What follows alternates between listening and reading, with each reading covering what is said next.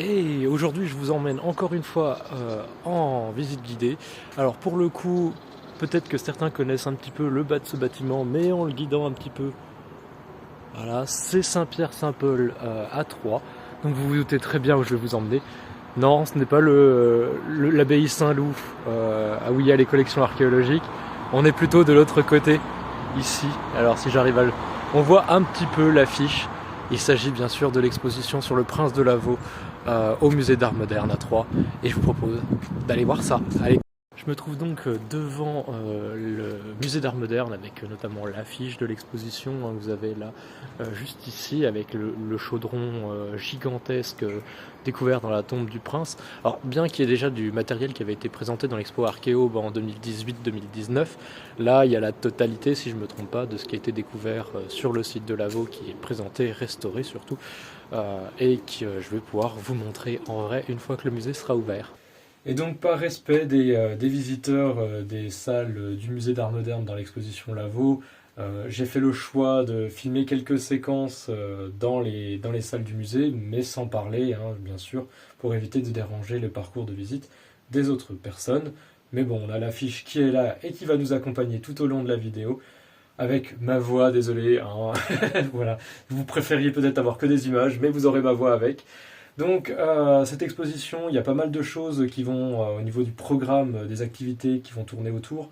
Vous avez notamment déjà l'exposition commençait le 24, il y a déjà eu une conférence le jeudi 29, une visite guidée le dimanche 1er février. Bref, vous allez avoir comme ça pas mal de petites activités.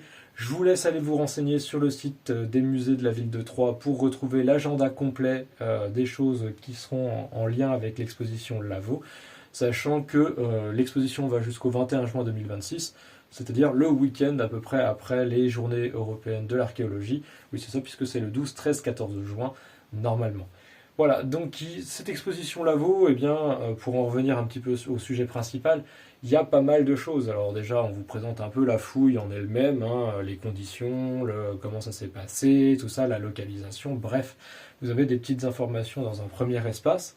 Et puis après, vous allez avoir justement une zone dans laquelle on va vous présenter notamment les périodes les plus anciennes trouvées pour la tombe du prince, donc parce que c'est un gros ensemble funéraire où vous avez notamment eh bien, des vestiges de l'âge du bronze, encore, hein, désolé pour vous, de l'âge du bronze et du premier âge du fer.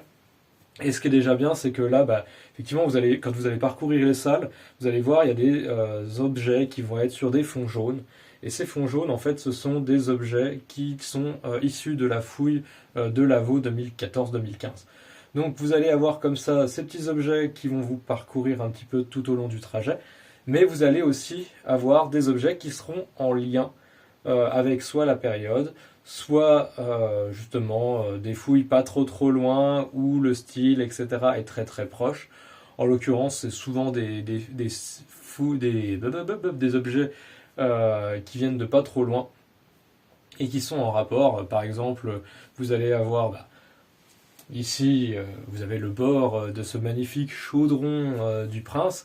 Eh bien, au premier âge du fer, on a déjà des chaudrons et vous avez une collection de chaudrons tirés pour la grande majorité des collections du musée Saint-Loup à Troyes également, de l'autre côté de la cathédrale. Vous avez également un magnifique trépied pose chaudron issu des collections d'Auxerre, du musée d'Auxerre qui est disposé là. Enfin voilà, il y a pas mal de petites choses comme ça. Et puis après, bien sûr, le plus gros de l'exposition, ça concerne le prince de Lavaux et la période à peu près charnière du 5e siècle avant notre ère. Donc vous allez avoir un premier gros espace sur justement un peu le côté guerrier. Il y a des petites statues, etc. Voire même justement le statut social.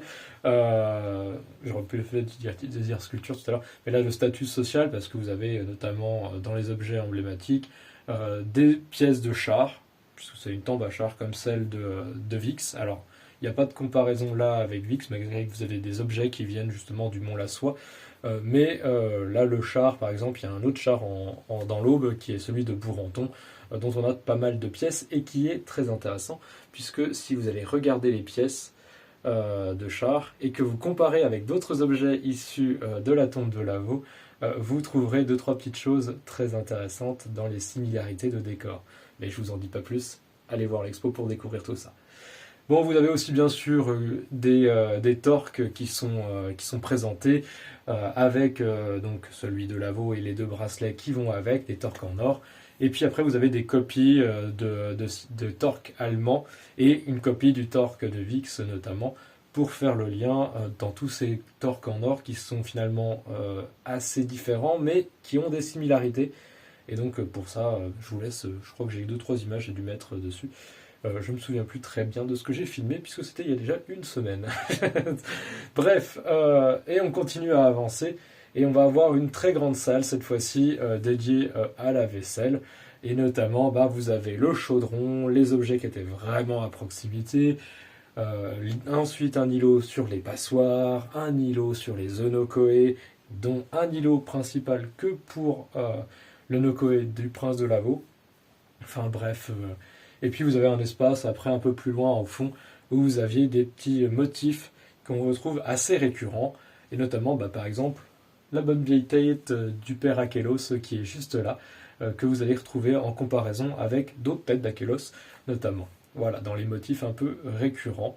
Et puis, on termine un peu tout ça via notamment une zone sur les importations, les objets qui voyagent, même s'il y en avait déjà un peu avant.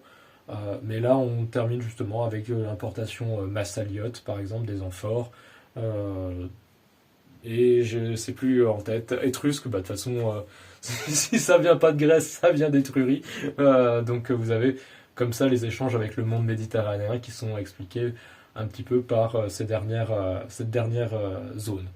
Voilà. En tout cas, j'espère que cette courte vidéo qui sera trop longue pour Instagram vous plaira.